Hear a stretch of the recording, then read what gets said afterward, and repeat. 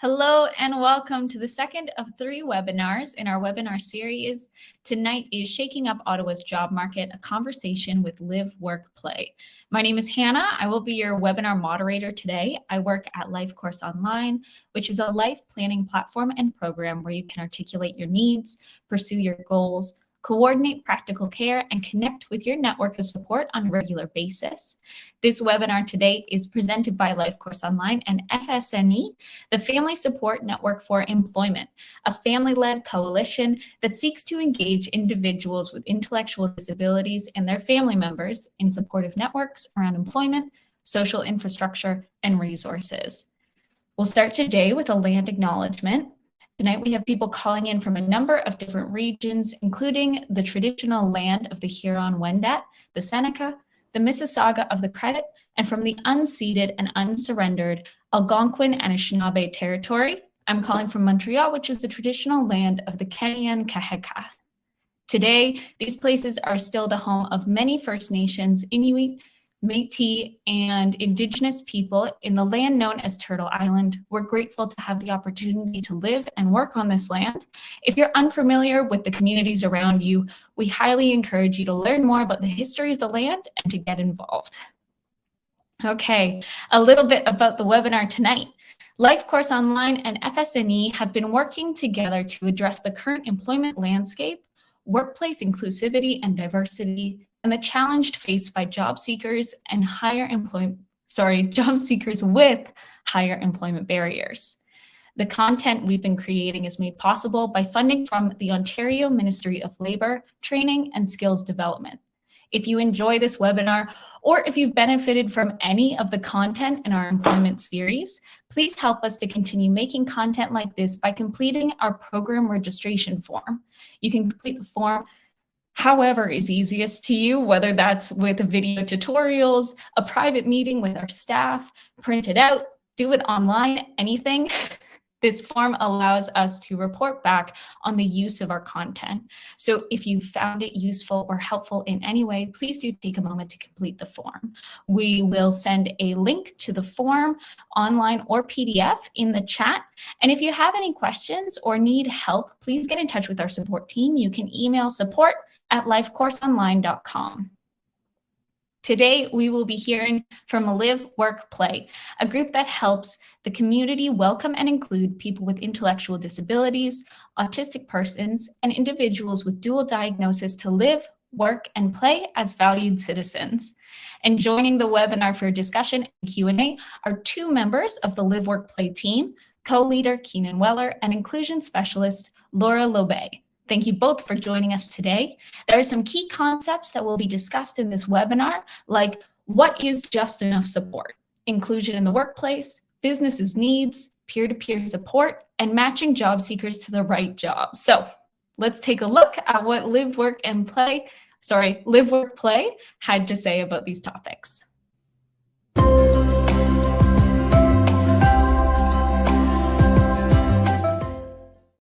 Hi, my name is Keenan Weller, co-leader and director of communications at LiveWorkPlay.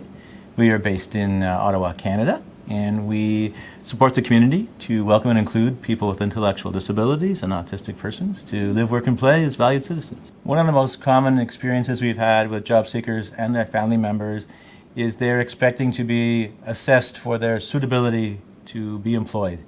And we try to dismiss that concern right away, because our approach is people who want to work, that's what qualifies them for support.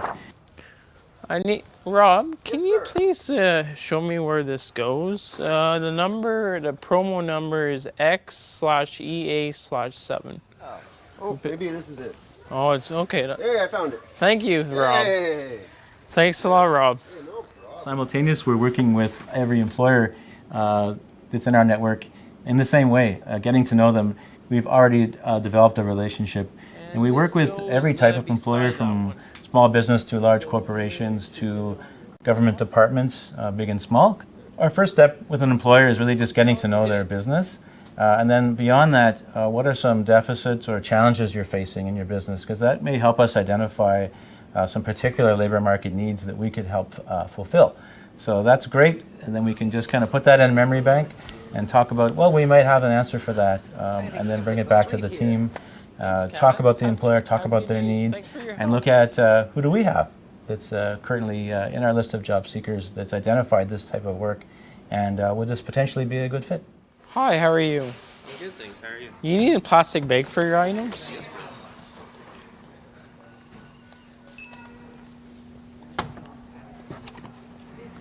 All right, so I talked to you earlier, Darcy, and I've talked to Cass about how things are going. It's been about 3 months, so I'm hearing that things are going really well from both of you guys, which is really great. Absolutely. Darcy's just been such an asset to our team this year. We're so happy to have him on board. He's doing a really great job. My name is Laura Lobe. I'm an inclusion specialist at LiveWorkPlay. I work with private sector employers. I get to know the employers. We get to know sort of what they need. I think definitely that initial relationship is really important because we really talk about how well we know our candidates, which really helps them to be reassured that they're getting a good fit and a good quality candidate coming to them, because we have done a lot of getting to know the candidates and really a lot of the vetting that employers are doing, we do up front for them. So who are your favorite colleagues here at work? One is Liam and one is Cass. They're both managers. Yeah, so you get along well with them and they help you out when you need help? Yes, I do. Good. So you're getting all the help from your colleagues you need at work too? Yes, That's yes. really important. I'm glad to hear that. You feel comfortable going and talking to them? Yes, I do. That's good. That's really important. Thanks for coming in to see how I'm doing. Well, I'm always happy to come in and see how you're doing at work. All right, thanks for your help. Have a good day. Thanks, Darcy. One of the first strategies we used when we were having success with private sector employers was asking questions. So when we did have success with a particular employer, we would ask them questions like, why does this work so well for you? Can you tell us more? When we first presented, were we on point with our messaging? How could we improve that? And then we put together a whole table of employers and made an employment task force where we could bring them these questions, refine our approach, and I think really importantly, develop some peer-to-peer relationships where in an industry or a company where we haven't been able to break through or we're just getting started, asking an employer that has that experience, would you be willing to help us approach that employer and make an effective business case? Because you understand this industry, and we never want to pretend at knowing something. We always want to have the information or bring with us someone that can provide an authentic knowledge and make that case with us. Are there any areas where Darcy could be improving or working on, or anything I could support with? Darcy's been doing such a great job, honestly. I think you've done an amazing job supporting him so far. We will have some new training modules coming out in January, so I may reach out to you again to help Darcy work through those. Absolutely. I'm always here to help with those kinds of trainings and things like that. So I'm really glad to hear things are going so well here. Absolutely. So while it's true a public sector employer, they would have a mandate of having a diverse workforce. One of the challenges has been in the broad category of disability, which, according to some, that's about 20% of the Canadian population. So that's a lot of people, and it would be easy to get lost within that. Populations like people with intellectual disabilities or autistic persons who face more barriers even within that category called disability. So our task has really been to, how do we bring attention to, but you're overlooking some of the issues within that population. You're overlooking some of the subpopulations that are facing unique or more severe barriers. And so we were very successful. It took a long time, but working with the Federal Public Service, they appreciated the facts that we brought to them about some of these disparities within their own strategy, where they'd made commitments of hiring 5,000 new people with disabilities into the Federal Public Service. I'm done my shift in a few minutes. Is there anything else you want me to do for the last couple of minutes I'm here? I think there's a couple more items for the paper aisle to go back, so if you don't mind taking care of those for me, please. And after that, you're all set. Okay, I see you on Sunday. My next shift is on this Sunday, the 18th, from 2:30 to 6. I Awesome. see you then. I will see you then. But we simply asked the question, have you considered how many of those individuals will be people with intellectual disabilities? And it was not a part of the formal strategy. So we are very proud to have worked effectively with them as partners to take that question head on and deliver some results with more than 150 hires. and we're pretty confident of moving into the 200 range sometime in 2023. I'm Richard Landry. I'm an inclusion specialist with LiveWorkPlay for the public sector. In my role, I work with a team of discovery specialists at LiveWorkPlay who get to know the individuals. When I get to know the managers and the positions that they need filled, I can bring the information about the positions back to our team of discovery specialists, and we create a match based on the people that are looking for positions that I've identified with the government managers. So how's the new job? Good. AS1. Good. Yeah. Tell me a little bit about what you've been doing. Just copying stuff, scanning and printing out stuff. Yeah. Awesome. I hear you're working for like more than one group of people. You have people like on a different floor that you print for too? Yeah, upstairs. Yeah. So the employer, one of the questions I'll ask them initially is, can you please break down the tasks of the position? Bearing in mind at this point, this isn't attached to any person that we've matched to, and that's very deliberate. I want to gather a sense of what the positional requirements are as a position, not as an adapted position, but as a position to employ anybody.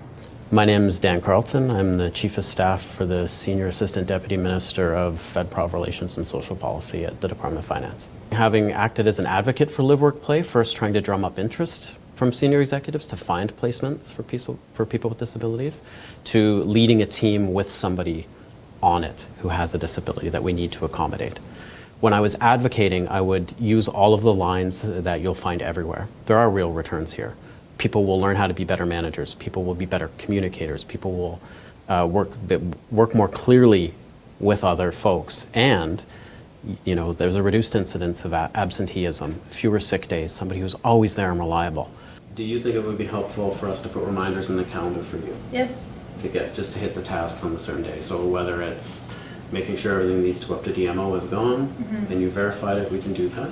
But I think you know how to use your calendar well enough now. Yeah. Perfect. When I was acting as an advocate, those were lines that I used from a marketing angle. Come full circle to now, where I lead a team with Nadine on it, and I can say that the training for Nadine is also training for everybody here on the team. So every time I need to engage Nadine to learn a new task, it's an opportunity for me to refine how I communicate. It's an opportunity for us as a team to refine the processes we use. Hey, Nadine. Hi, how are you? I said to send you. Oh, this is what we saw the other Yeah. day. Yeah, okay. And where do I sign? Yeah. Thanks, now.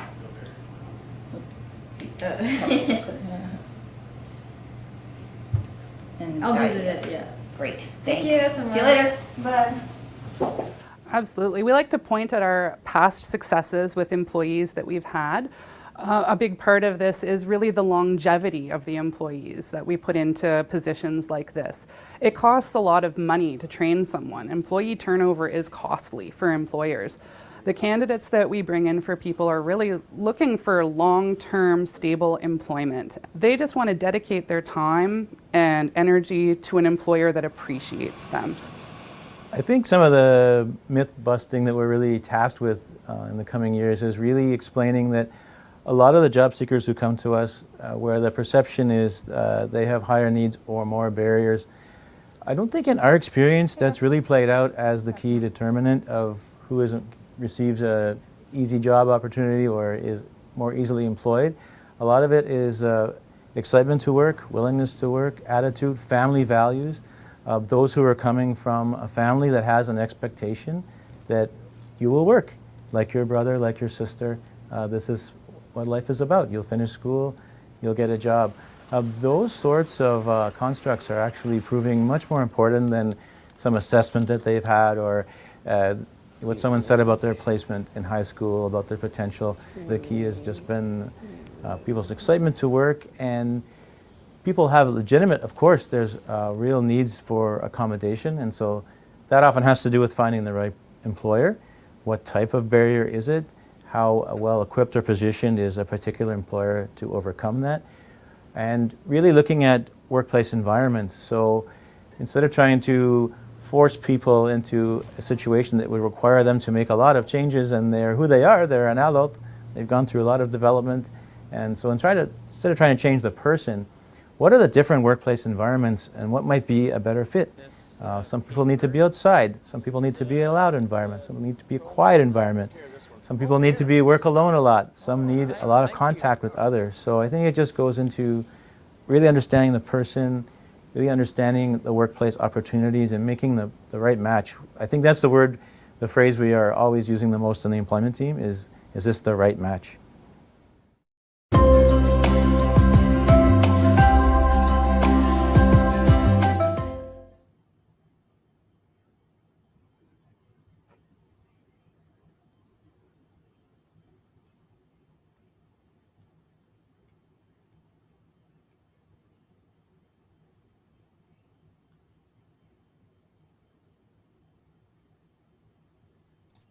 Sorry, everyone. I'm sure everyone's sick of hearing that, but I was muted. I'm so sorry.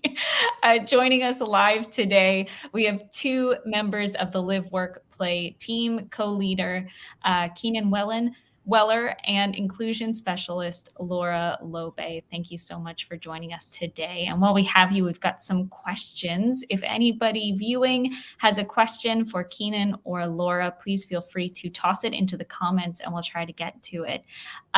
So many great insights and great comments from that video. Something that popped up for me, though, maybe a question for Laura. You mentioned that evaluating for job seekers is fairly simple to do. What are you looking for in a job seeker?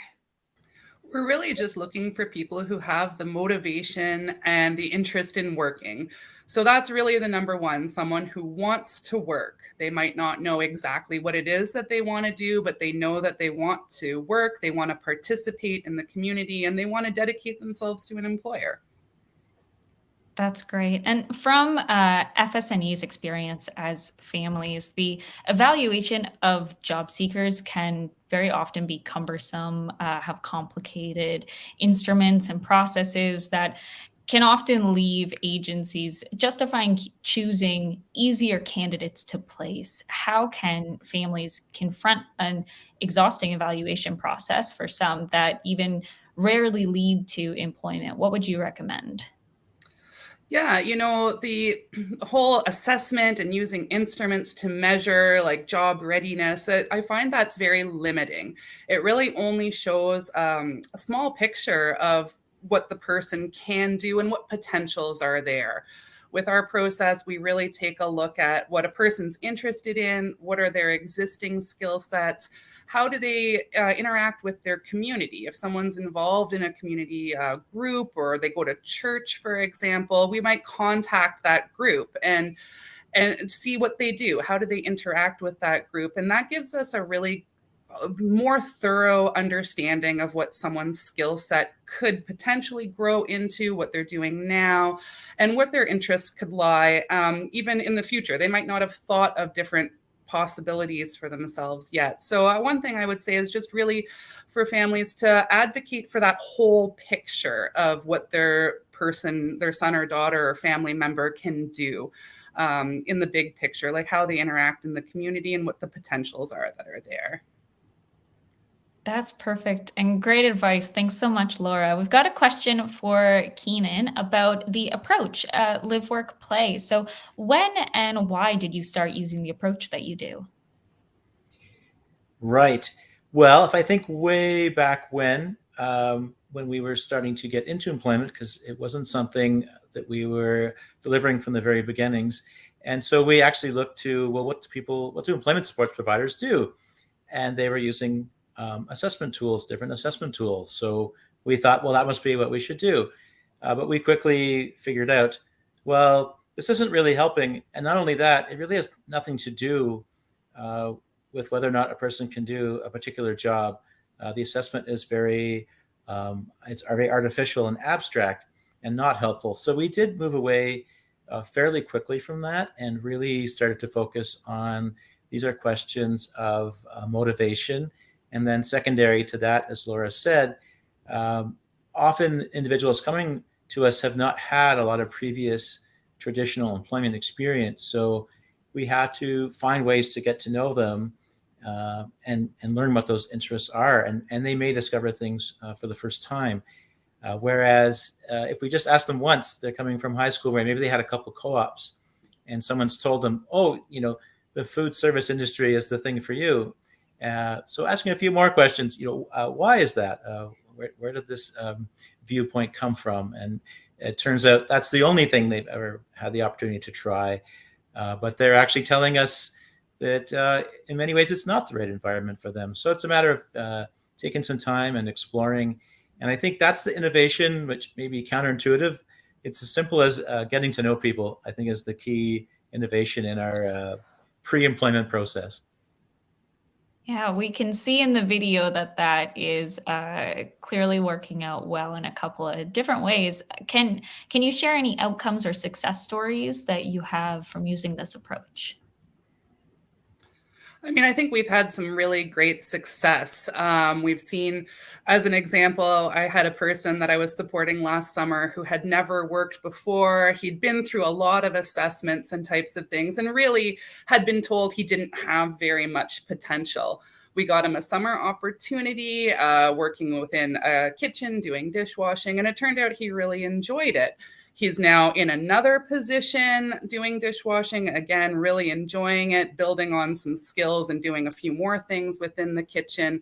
And most excitingly from that, he's now thinking about moving out independently and living on his own, which I think is one of the best outcomes I could possibly see. That's fantastic. We do have a slightly more technical question. I think this one will go for Keenan. What are the obstacles families will be facing with the new rollout employment system with the service system managers? Right. So Ottawa, we still don't know who that is, and we haven't yet been directly in that system. So it's what we know is just from speaking to others. And I think the biggest concern is that, the Ontario Disability Support Program, which is funds the employment supports we deliver right now, sometimes it already feels too big for people with intellectual disabilities, but it's tiny compared to the pool of job seekers that are going to be in this new system. So it's going to take a lot of advocacy and really being on top of how things are rolling out to make sure that this population, which is already so much further behind even just the disability population in general, that they don't fall further behind. And so I think that's the biggest concern, because the system will be focused on service providers delivering the outcome of jobs, but the key is doing so in a fair way. We want to make sure that people with intellectual disabilities are being fairly and equitably represented within that job seeker population and getting the outcomes they deserve. Absolutely. And Keenan, again, why do you think very few employment agencies in Ontario are using the same approach around, building the relationships and consulting with employers about their needs and addressing biases towards job seekers with specifically intellectual disabilities? Well, certainly the history is one where this population was really not thought of as being in the labor market. And it's not an excuse, but that is certainly the history of the employment support sector, which really came out of a rehabilitation physical disability type of model. And still some of those agencies have not adapted to serving more diverse populations. So I think that's a big piece of it. But then there's also, there's lots of positives about having fee for performance. We want tax dollars used well. We don't want employment supports that aren't actually delivering jobs. So it's good to have service providers motivated by outcomes. On the other hand, it can have the result that if the perception is that certain populations are harder to move into employment than others, then the economics of that would actually drive some discrimination. So this again reflects back to, as we move forward with this new system, what are the checks and balances on making sure that, in the pursuit of driving the numbers to get paid, we're not just abandoning this population because it's seen as inconvenient. Absolutely. And Keenan, I'll give you a chance to sip some water while I throw a question at Laura. We've talked a lot about the experience from the job seekers side, but can you tell us about the profile and skills of the job developers in interacting with the employers? So really interacting with employers, it's all about building relationships. So it's really about getting to understand what the employers want, what are the challenges within their business that they are needing to meet, and really what is the environment like how can we have someone help someone to fit into that work environment. So it's really all about building relationships, gaining the trust of the employer as well, so that they do trust us to send them the best match that's going to help meet their needs, and that they're not going to have to spend time, doing a whole bunch of extra things, or it's not going to work out or what have you. So it all comes down to building a strong relationship and getting the trust of the employer. That's fantastic. Thank you. And Keenan, again, what is your view for the future with employment agencies? Are you hopeful that there are opportunities to bring higher expectations for employment into the sector? Always hopeful. Well, and I think, something like what we're doing here this evening, I think leading by example is the best way to do it. So I think demonstrating the viability of the people we're supporting and just proving that it works. And I think employers showcasing, you look at Dan Carlton at Finance Canada. I mean, that is a very satisfied employer who feels that their workplace has been improved. So I think another way that it happens is employers telling service providers, like, part of our inclusion and diversity plan is we want to include people with intellectual disabilities, not autistic persons, in our workplace. We want our workplace to reflect the community around us, and we want you to help us. So that in that way, the market would also drive the providers to maybe change what they're doing. All right, and we have time for just one last question. I'll send this one to Laura. What advice would you give to families listening to this webinar of what they can do to make employment work for their family member with an intellectual disability? I think it really just comes down to listening to the person that they're supporting, their family member. What is it that they want to do? What skills and abilities do they have to offer? What passions do they have? Everybody has passions. So what are their passions, and how can that fit into the workplace? And I hear a lot of people say, oh, well, he only plays video games or things like that. That's an asset. You can't just write off stuff like that. Someone who plays a lot of video games might have excellent technical skills. They know how to use different platforms. There's all kinds of skills that go into any kind of passion. And these are things that can translate into a workplace. So I think it's really all comes down to really knowing what the person's passions are and how that can translate to the workforce. That's perfect. Thank you so much. Special thank you to Laura and Keenan for sharing your thoughts and experiences with us tonight. Thank you for everybody viewing, for joining us. I'd like to thank FSNE for partnering with LiveCourse Online and making this webinar series possible. Also, a special thank you to Michael, Camilo, Jaime, and Elena for bringing this evening together.